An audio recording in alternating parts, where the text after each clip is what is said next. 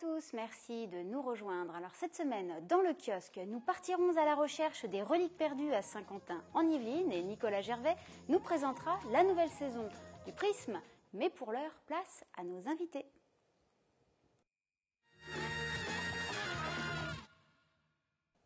Les 28 et 29 juin, ils seront plus de 300 musiciens amateurs à Versailles à l'occasion de la 8e édition du concours international de fanfare. Nous en parlons ce soir avec l'un des membres organisateurs. Bonsoir Vincent Lefort. Bonsoir. Vous êtes venu accompagné de deux représentants des fanfares versaillaises, Florence David Bonsoir. Et Baptiste Chamora. Bonsoir. Bonsoir à tous les deux. Alors Vincent, comment va se dérouler ce week-end? Quelle sera donc la programmation? Alors, ce qu'on organise, c'est une rencontre de fanfares sur le thème d'un concours. Et on va accueillir une vingtaine de groupes qui viennent de France et d'ailleurs. Oui, parce que c'est international. Ouais, ça a pour vocation d'être international. Donc, on a quelques fanfares invités qui viennent d'Europe. Angleterre, Pays-Bas. Ouais, Pays-Bas et puis Serbie, donc Europe élargie, on va dire. Tout à fait. Alors, quels sont les genres musicaux représentés? Alors, c'est très éclectique. La fanfare, on a un peu de tout, puisque le principe, enfin, la plupart des fanfares font des reprises. Et elles piochent dans le répertoire moderne, un peu ancien. Enfin, on retrouve vraiment de tout dans le milieu des fanfares. Donc c'est de la musique de rue, cuivrée. Voilà, parce qu'on peut peut-être rappeler ce qu'est une fanfare. Ouais, alors une fanfare, c'est une formation de vent exclusivement. Alors on trouve essentiellement des cuivres, quelques bois, des anches, des saxos. Ouais. C'est plus rare dans les formations là qu'on va inviter. Mais on en trouve quelques-unes. On reste dans des formations traditionnelles de cuivre majoritairement. Ouais, alors c'est trompette, trombone, tuba, sous-bassophone, batterie principalement. Et puis après, on a des formations qui élargissent ça sur d'autres vents. Donc ça peut être clarinette, saxo, flûte. Après, on va retrouver Les puristes diront c'est pas des cuivres. C'est plus des cuivres, ça c'est certain. Alors c'est un concours, c'est le thème en tout cas que vous donnez à cet événement. Pour autant, c'est surtout un moment d'échange, de rencontre. Oui, tout à fait. Alors c'est un concours parce que... Il y aura un jury, hein. Il y aura un jury, exactement. Donc en fait, on a une organisation où on promène les fanfares dans la ville de Versailles, dans le centre-ville. Ah ça c'est le samedi après-midi? C'est le samedi après-midi, tout à fait. Et donc là, c'est vraiment un moment de rencontre avec le public. Les fanfares jouent leur répertoire et se promènent dans la ville sur différents podiums. Alors, je vais peut-être préciser, c'est de 10h30 à 14h. Et le mieux, c'est d'aller voir le site internet pour voir les points de rencontre. Exactement, c'est ça. Et le soir? Et donc le soir, on passe en mode concours. Ouais. Et donc là, chaque fanfare a 15 minutes pour présenter 2 morceaux, avec une mise en scène, et effectivement, elle joue devant un jury. Qu'est-ce qui serait important là d'évaluer? Alors là, on évalue la justesse musicale, on évalue la mise en scène, le déguisement. Donc voilà, on est sur des critères, on n'est pas que sur le critère musical. La fanfare, c'est vraiment le principe, c'est musique de rue, ça doit interagir avec le public, et la mise en scène, c'est très important. Et la spécificité également, c'est que c'est un concours tournant. Exactement. C'est-à-dire que le grand gagnant organise l'édition suivante. Le grand gagnant a l'honneur d'organiser les éditions donc, si suivantes. je comprends bien, vous-même, vous avez gagné l'année dernière. Et nous, on a gagné l'année dernière, donc avec la fanfare des Nickel-Wab.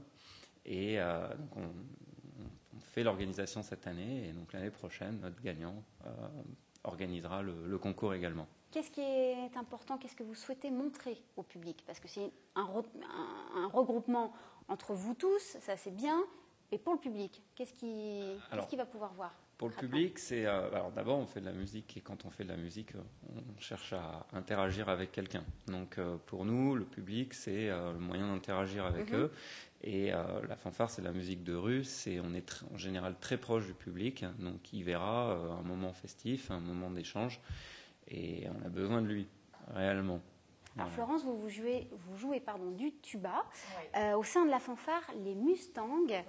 Qu'est-ce qui vous a donné envie d'intégrer cette fanfare? Alors en fait, les fanfares, il faut un peu remettre d'un point de vue historique, c'est né des Beaux-Arts de Paris. Et quand les écoles d'archi se sont créées, il y a une vingtaine, un peu plus de 20 ans quand même maintenant, Cette tradition a perduré dans les écoles d'archi de France. À Versailles, il y en a beaucoup. Vous êtes issu de l'école d'architecture Voilà, moi je Versailles. viens de Versailles. Et chaque année, des fanfares se créent à Versailles par promotion normalement ou alors par groupe d'amis. Et donc moi j'ai intégré les Mustangs il y a 9 ans maintenant. Donc, les Mustangs ça a 10 ans.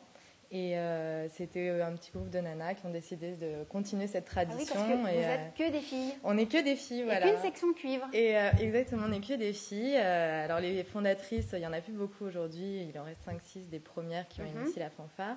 Ça a beaucoup évolué au fil des ans. Des nouvelles sont arrivées. On n'est plus que architecte non plus. Maintenant, on a aussi d'autres formations. Vous avez ouvert On a ouvert. D'accord. En fait, une fois que le diplôme d'architecture est passé, la fanfare prend un peu un autre rythme. Et on habite à Paris, on travaille, donc ça devient autre chose. Et vous étiez musicienne ? Et non, alors je n'étais pas vraiment musicienne. Alors ce qu'il faut. Comment tout d'un coup on joue du tuba alors les fanfarons ne sont pas forcément musiciens à la base, n'ont pas fait forcément des grandes années au conservatoire. On apprend un peu ensemble. En fait, moi je suis arrivée après 1 an de la création des Mustangs. Et il manquait un tuba, et voilà, on m'a dit tu vas faire du tuba. Donc, super, et comment on fait du tuba ? Eh ben, on nous apprend, en fait, c'est ça qui est bien, c'est que c'est un groupe, on apprend tout ensemble, on apprend à jouer, à utiliser cet instrument, à l'écouter, à savoir s'en servir, et progressivement à vraiment se sentir à l'aise dans son instrument pour pouvoir faire des solos et continuer à progresser. Et les nouvelles qui arrivent sont à nouveau formées, voilà, ça se fait un petit peu comme ça. Il y a un côté encore une fois là, du partage. C'est ça, chacun à son niveau, donc il y a les filles qui sont peut-être plus musiciennes, qui vont écrire les morceaux, qui vont plus s'investir dans ce domaine-là. Voilà, c'est chacun à son niveau et se soutient pour faire de beaux morceaux. Moi je vous propose c'est qu'on regarde tout de suite un extrait pour voir l'une de vos prestations.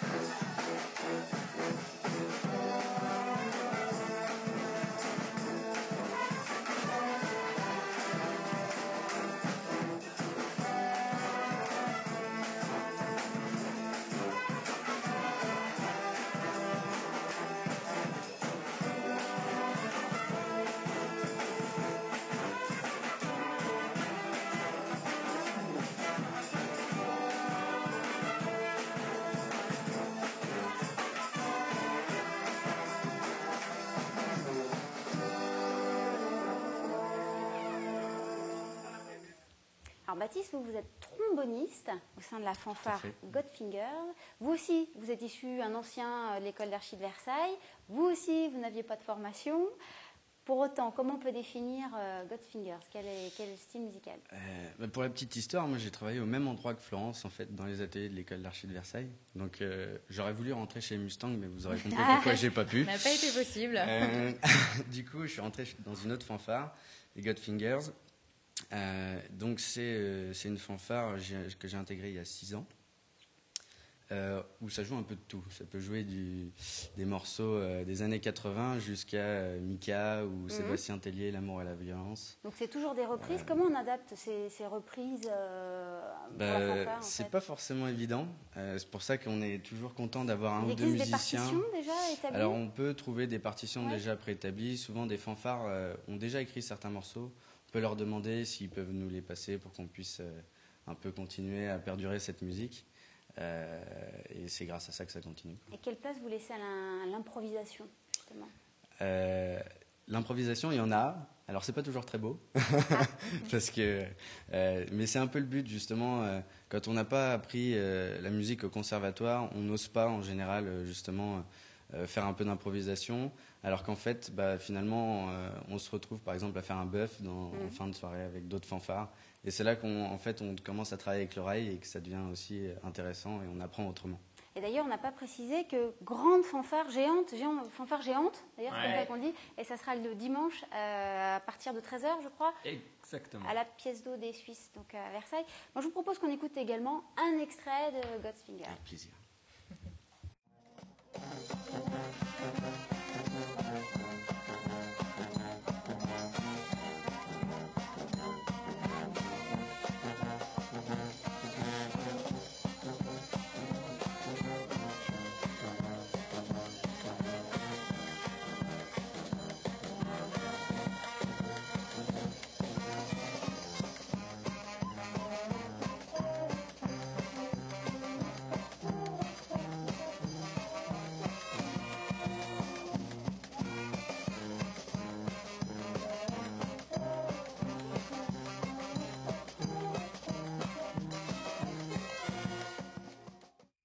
Alors là, donc, on a vu différents styles. Qu'est-ce qu'une bonne fanfare?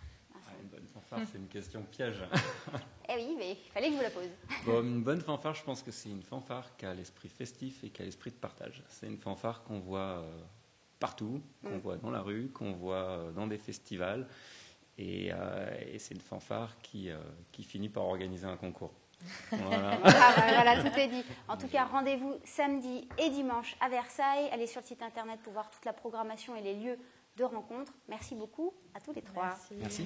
Le musée national de Port-Royal-des-Champs et le musée de la ville proposaient dimanche dernier une promenade conférence pour découvrir 400 ans d'histoire locale. Un reportage de Mathilde Caberne. Ce matin-là, un groupe de curieux est à la recherche des reliques perdues de Saint-Quentin. Un récit rocambolesque vieux de 400 ans. Ces reliques auraient été dissimulées par un seigneur des environs au XVIIe siècle, mais un savant trouve une partie de la clé de l'énigme et en fait un livre. Un livre découvert il y a seulement 2 ans. On sait maintenant, depuis peu de temps, qu'elles ont transité par ce territoire, qu'elles ont transité par la ferme de Buloyer, qu'elles ont transité par Port-Royal, qu'elles ont peut-être même transité par la chapelle qui se trouvait près de l'étang. Et c'est un petit peu pour essayer de sortir cette histoire de l'oubli. Un parcours organisé autour de l'histoire locale entre l'étang de Saint-Quentin et le hameau de Buloyer. Je m'intéresse pas mal à Versailles et ça me permet comme ça de compléter un petit peu tout ce que je connais sur Versailles. Quand j'ai entendu parler de cette visite, les reliques de Saint-Quentin, ça m'a interpellée, effectivement. Donc, la curiosité, puisqu'on habite dans le coin, mais je n'avais jamais entendu parler. Le mystère plane toujours sur ces reliques. Les historiens cherchent à comprendre ce qu'elles sont devenues. Un travail en conséquence. On est encore en train de chercher dans les archives, dans les bibliothèques, dans les fonds du musée de Port-Royal et aussi des fonds parisiens. On est toujours en train de chercher à compléter l'enquête. On continue à chercher, on ne désespère pas de trouver la localisation exacte de la deuxième chapelle, de trouver encore un certain nombre de réponses qui restent en suspens.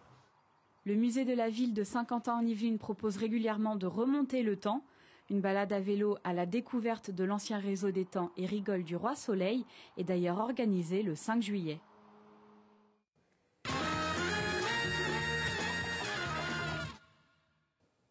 Nicolas Gervais a rencontré cette semaine Sabine Cossin, la directrice du Prisme à Elancourt. Elle nous présente sa nouvelle saison. Alex Lutz, Barbara Hendricks, du jazz, de la danse, de l'humour. C'est la saison prochaine au Prisme. Et pour nous en parler, on retrouve qui? On retrouve sa directrice, Sabine Cossin. C'est tout de suite dans le kiosque.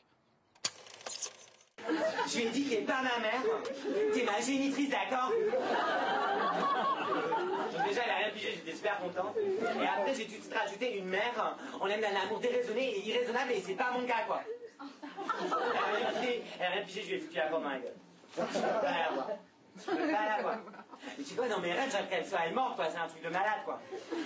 Attends, la semaine dernière, on a fait un test en biba, on a 10 sur 10 en conflit merci. Mais j'adore trop mon père. Ouais, j'adore trop mon père. Mais je sais qu'il a l'air sévère, mais il est pas sévère, tu vois, il est super enfermé sur lui-même, il est comme un gros nounours et tout, mais il est adorable, il me passe tout. Il a juste pas remarqué, je trouvais marié à une conne, en fait. 250 artistes invités cette année pour une quarantaine de spectacles, toujours une scène pour la danse et pour le jazz, mais aussi une bonne présence du théâtre, et alors des spectacles qui sont diversifiés, qui peuvent aller de spectacles connus à des moins connus. Alors comme Alex Lutz, par exemple, qui fait une promotion et une ascension fulgurante en ce moment, et puis Barbara Hendricks, par exemple, pour citer quelques noms, Juliette, et puis en passant par Demain dès l'aube, créé par Noémie Rosenblatt, et par exemple, C'est Noël tant pis, qui sera la dernière création de Pierre Notte. Voilà, on voyage entre des écritures contemporaines sur le théâtre, la musique et la danse.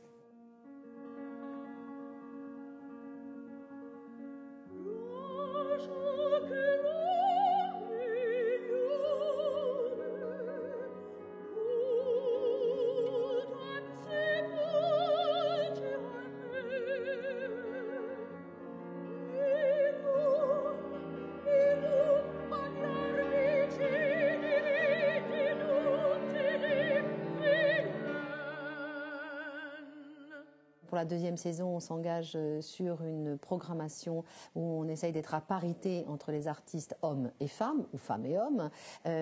Donc l'année dernière, j'avais bien expliqué que j'y étais avec difficulté, malgré mes efforts plutôt, je n'y étais pas parvenue.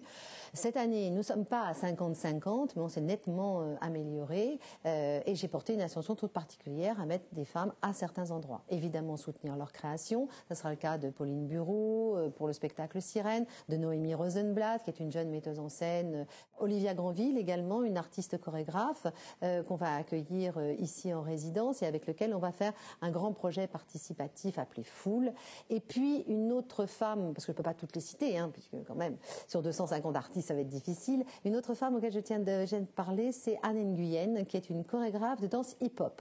Mais également Aurore Voilquier, qui est une musicienne de jazz, elle joue du violon, et à qui j'ai confié la programmation des jazz clubs. C'est cette façon intime d'écouter du jazz en dehors des scènes du prisme, mais dans le hall et de façon conviviale.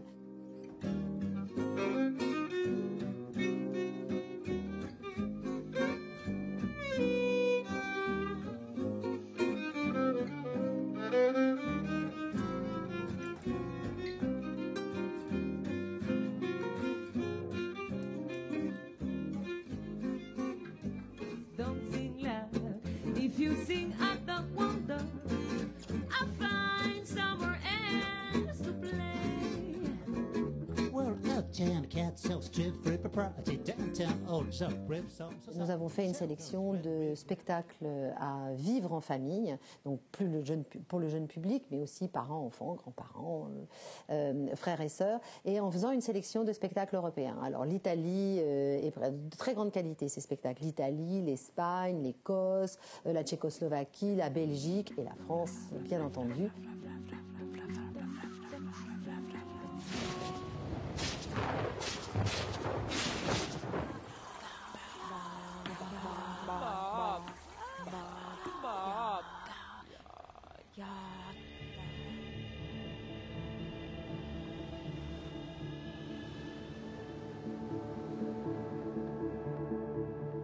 Alors, le pôle culturel des 7 mars, c'est quelque chose qui est très important, qui nous réunit déjà depuis 2 années, où on fait une programmation donc avec le Ciné 7, qui a réouvert ses portes, la médiathèque des 7 mars, qui est bien entendu autour du livre, et la librairie des 7 mars. Ensemble, on essaye un samedi par mois de proposer les samedis des 7 mars. On se retrouvera pour les Nuits Blanches, qui sont le 4 octobre, autour de David Roland et des projets participatifs, toujours pareil avec les habitants. Mais le cinéma nous fera une nuit du cinéma. La librairie aura lui aussi des signatures et des événements dans sa librairie. Et la médiathèque des 7 mars également, avec des activités tout au long de la soirée, au moins jusqu'à minuit.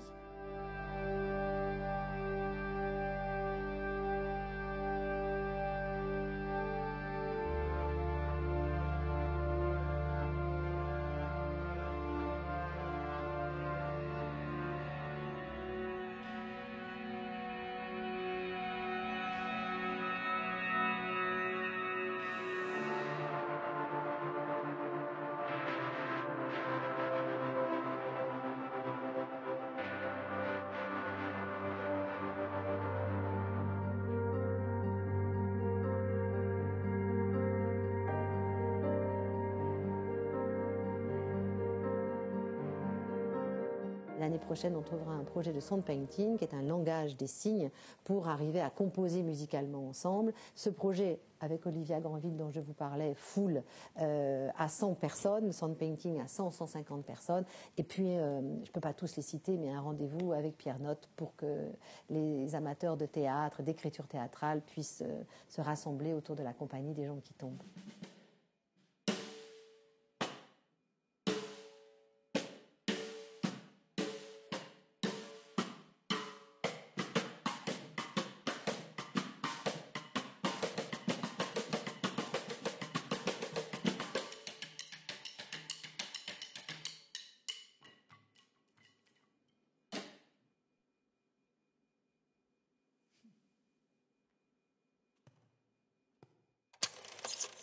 Et après le prisme, je décris un cercle sur moi-même pour retrouver celle qui aime quand tout est carré, Aurélia.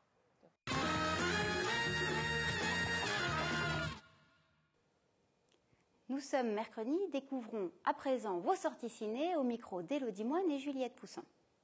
J'ai beaucoup aimé parce que c'est bien joué, c'est gai, vraiment on passe un bon moment, c'est le film de détente et c'est pas lourd comme humour. C'est un bon film, très marrant. En plus, les deux acteurs jouent vachement bien. Super marrant, lui idéaliste. C'est à conseiller, une très belle histoire bien ficelée, de beaux comédiens. Un duo de Vos-Viard, super émouvant. C'est fin, c'est élégant, c'est fait d'une façon très, comment dirais-je, très naturelle. Et on a passé un agréable moment. C'est un film de fou. C'est un truc qui ne pourra pas exister. Mais c'est un bon film, c'est un bon film de science-fiction. Ah ouais, vraiment poussé à son paroxysme.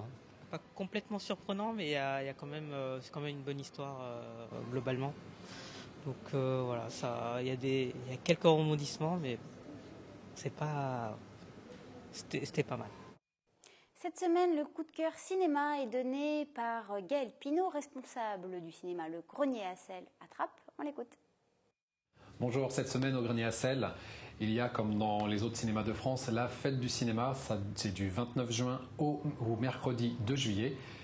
Et toutes les séances sont à 3,50 € et vous pouvez voir plusieurs films. Tout ça, vous le trouverez sur notre site internet www.cinémagrenier-à-Sel.com. Mais moi, j'ai surtout envie de vous parler d'un film qui s'appelle Le Souffle des Dieux.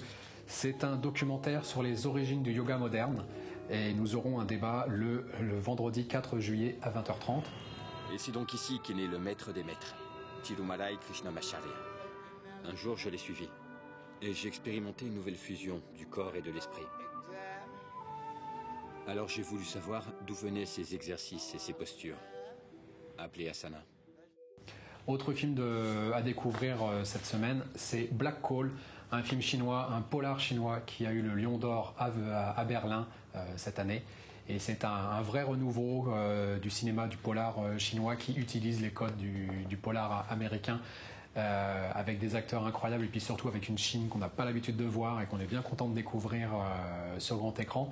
Des très beaux paysages sous la neige notamment. L'histoire du film Black Call commence en 99.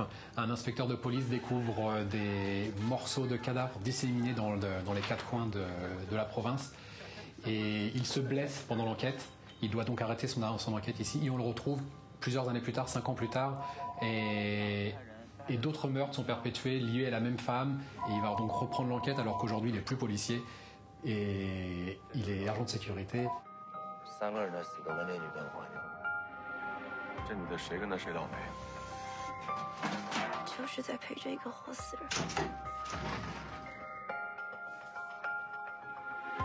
想逃。 Donc c'est Black Call au cinéma Le Grenier à Sel bientôt.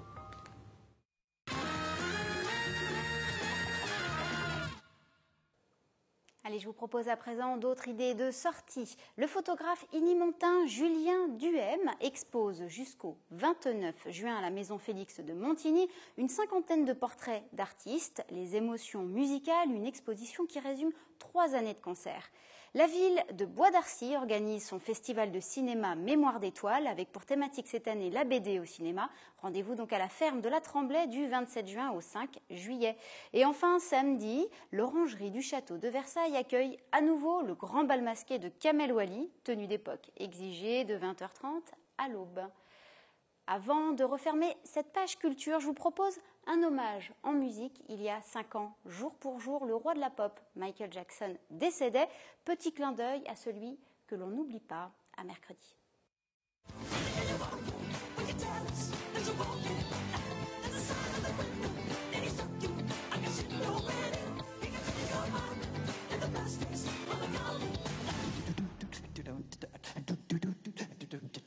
Let's do it one more time.